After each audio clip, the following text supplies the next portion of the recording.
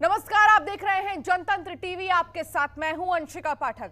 26 जनवरी को दिल्ली में हुई हिंसा के मुख्य आरोपियों में से एक दीप सिद्धू को पुलिस ने गिरफ्तार कर लिया है। करीब 15 दिन की फरारी काटने के बाद दीप सिद्धू मंगलवार को तड़के दिल्ली पुलिस की स्पेशल सेल के हत्थे चढ़े हैं। सीधी तस्वीर आपको हम दिखा रहे हैं दीप सिद्धू की, जहां दीप सिद्धू को अब गिरफ्तार कर लिया है दिल्ली की स्पेशल पुलिस ने।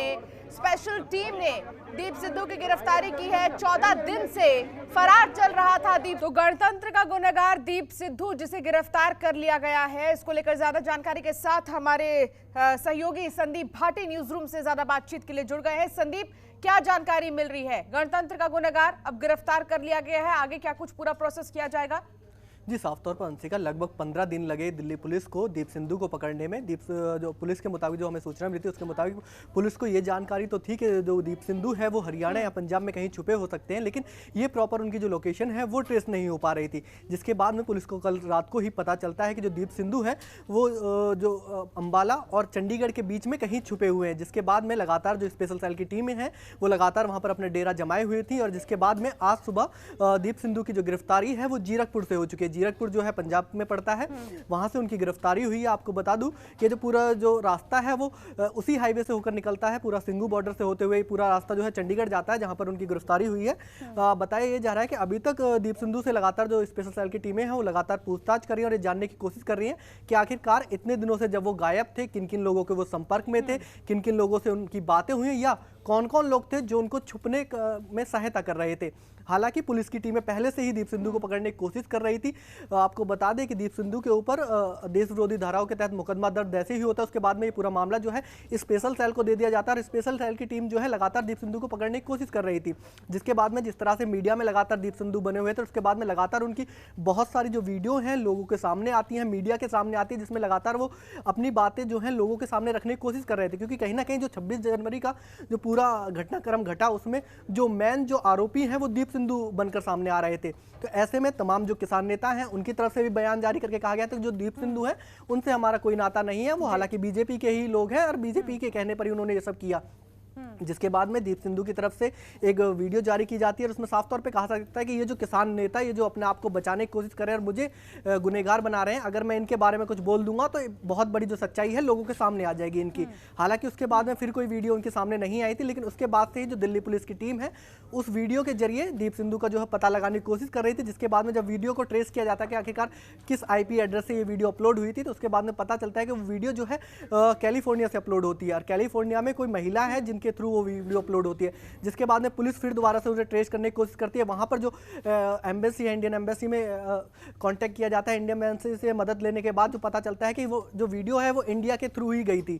जिसके बाद में पुलिस ट्रेस करती करती जो पता चलता है कि ये जो पूरा जो पता चलता है कि जो पूरी वीडियो जो इंडिया में पंजाब से गई है। तो पंजाब के बाद में लगातार स्पेशल सेल की जो टीमें हैं लगातार उन्हें ढूंढने की कोशिश करती है। जिसके बाद में आज सुबह जो दिल्ली पुलिस है उसके हाथ में बड़ी कामयाबी हाथ लगती है, और जिसके बाद में आज दिल्ली पुलिस के द्वारा दीप सिद्धू को गिरफ्तार कर लिया जाता है। अब जो बताया जा रहा है कि अभी दीप सिद्धू को हालांकि पुलिस कस्टडी में है, इसके बाद में कोर्ट में ले जाया जाएगा, कोर्ट में उन्हें एक प्रोसेस के तहत कोर्ट के सामने पेश किया जाएगा, और उसके बाद में जो दिल्ली पुलिस है वो कोर्ट से कस्टडी मांगेगी। हालांकि जो मैक्सिमम कस्टडी टाइमिंग होता है वो 14 दिनों का होता है, लेकिन जो दिल्ली पुलिस अभी तक के जो बयान है उसमें लगभग 6 से 7 दिन की जो कस्टडी है दीप सिद्धू से मांग सकते हैं। क्योंकि कहीं ना कहीं अभी तक जो पूरा घटनाक्रम 26 जनवरी को घटा था उसमें जो मेन आरोपी है वो दीप सिद्धू ही नजर आ रहे हैं, और उनके ही साथ के अन्य लोग भी बताए जा रहे हैं। ऐसे में दिल्ली पुलिस चाहती है कि वो दीप सिद्धू से और ज्यादा वक्त पूछताछ करे और जो तमाम जो लोग पूरे घटनाक्रम में शामिल थे उनका पता लगाया जा सके। लेकिन क्या ये इतना आसान होगा संदीप की वो खुलासे कर देंगे? क्योंकि अगर सारी चीजें बोलनी ही होती तो शायद इतने दिन फरार नहीं होते। और ये भी बड़ा सवाल है, आखिर 15 दिन क्यों लग गया एक मुख्य आरोपी को गिरफ्तार करने के लिए? जी, साफ तौर पर अंशिका, क्योंकि कहीं ना कहीं अगर आप पूरा देखें तो जो घटनाक्रम है राजनीति से जुड़ा हुआ है। इससे पहले की अगर 26 जनवरी से पहले की अगर बात कर ली जाए तो 26 जनवरी से पहले से भी लगातार जो दीप सिद्धू थे वो किसान आंदोलन में जा रहे थे। जिसके बाद में 17 जनवरी को NIA की तरफ से उन्हें एक नोटिस पर बुलाया जाता है पूछताछ करने के लिए, जिसमें दीप सिद्धू नहीं पहुंचते हैं। जिसके बाद में पुलिस उनको एक दोबारा नोटिस भेजती है, जिसमें किसान नेता जो अभी तक जो किसान नेता अब उनके खिलाफ खड़े हैं वो उस टाइम कहते थे कि जो BJP सरकार है वो दीप सिद्धू को फंसाने की कोशिश कर रही है और हमें ये दिखाना जाना चाहती है कि ये लोग खालिस्तानी है, लेकिन ऐसा नहीं है। वो एक आम नागरिक है जो किसान आंदोलन में हमारे साथ है। लेकिन जब 26 जनवरी को घटनाक्रम होता है और उसमें दीप सिंधु की अहम भूमिका निकलकर सामने आती है, तो फिर वही किसान नेता क्या कह देते हैं कि जो दीप सिंधु है उनसे हमारा लेना देना नहीं है, ये बीजेपी के लोग हैं।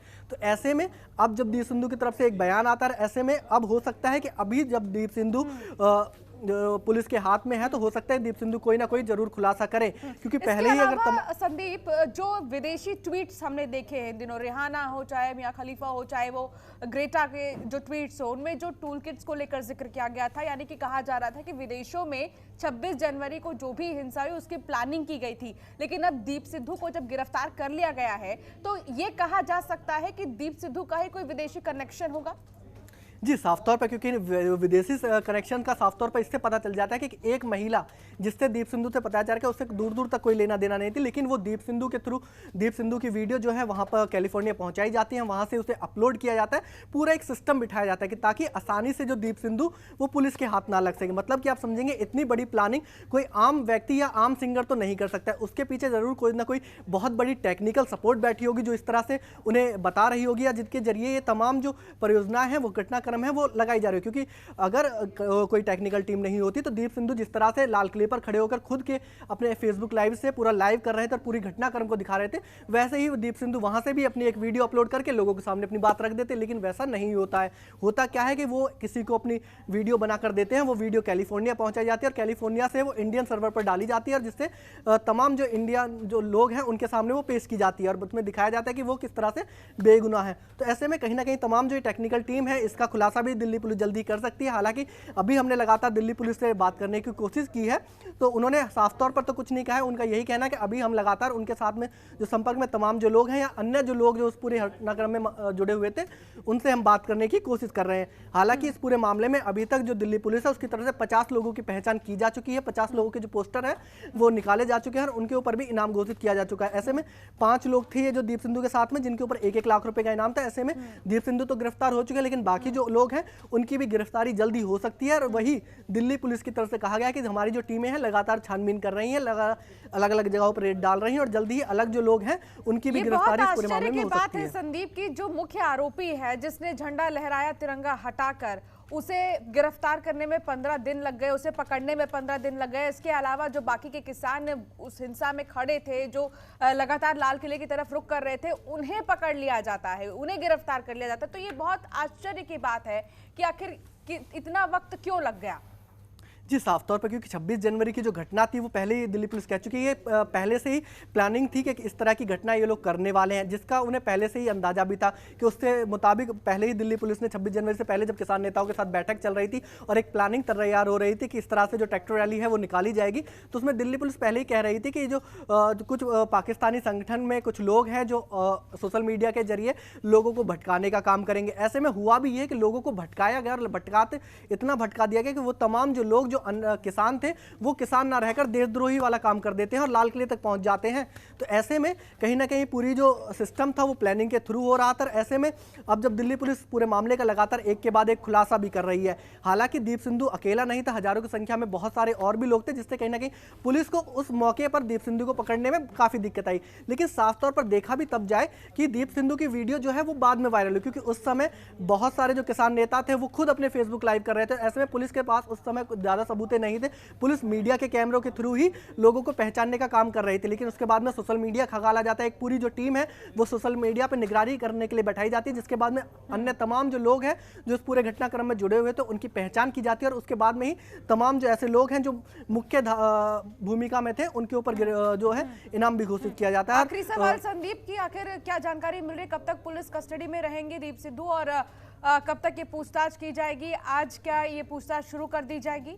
जी, अभी तक जो हमने जो पुलिस की टीम है उनसे लगातार बात करने की कोशिश की, तो पुलिस की तरफ से अभी तक जो बयान आया है उसके मुताबिक यही है कि आज जो है पुलिस की टीम उन्हें कोर्ट में पेश करेगी और उसके बाद में एक पूरा प्रोसेस होता है। पुलिस पहले कोर्ट में जाके पेश करती है और एक ऑफिशियली तौर पर उनसे ये कहा जाता है कि आप हमें इतने दिन की कस्टडी दे दीजिए, क्योंकि एक मुख्य भूमिका में दीप सिंधु इस वक्त है, उनके जरिए ही तमाम जो लोग हैं पूरी जो खुलासा है वो किया जाएगा। ऐसे में जो पूरा प्रोसेस जो है मिनिमम जो कस्टडी है वो 2 से 3 दिन की मिलती है, लेकिन मैक्सिमम जो है 14 दिन की कस्टडी एक बार में मिल सकती है। तो ऐसे में हो सकता है कि पुलिस को 14 दिन की कस्टडी की मांग पुलिस पहले से ही करेगी, लेकिन अगर 14 दिन की कस्टडी नहीं मिलती है तो 5 से 6 दिन की कस्टडी भी मिल सकती है। चलिए, बहुत शुक्रिया संदीप इस तमाम जानकारी के लिए। तो जिस तरीके से देखा जा रहा है, मुख्य आरोपी जो कि लगातार फरार चल रहा था 14 दिन से, अब उसे गिरफ्तार कर लिया गया और सबकी निगाहें कि आखिर क्या कुछ दीप सिद्धू खुलासा करते हैं। खबरों के निष्पक्ष विश्लेषण के लिए सब्सक्राइब करें Jantantra TV and press the bell icon. Never miss any update.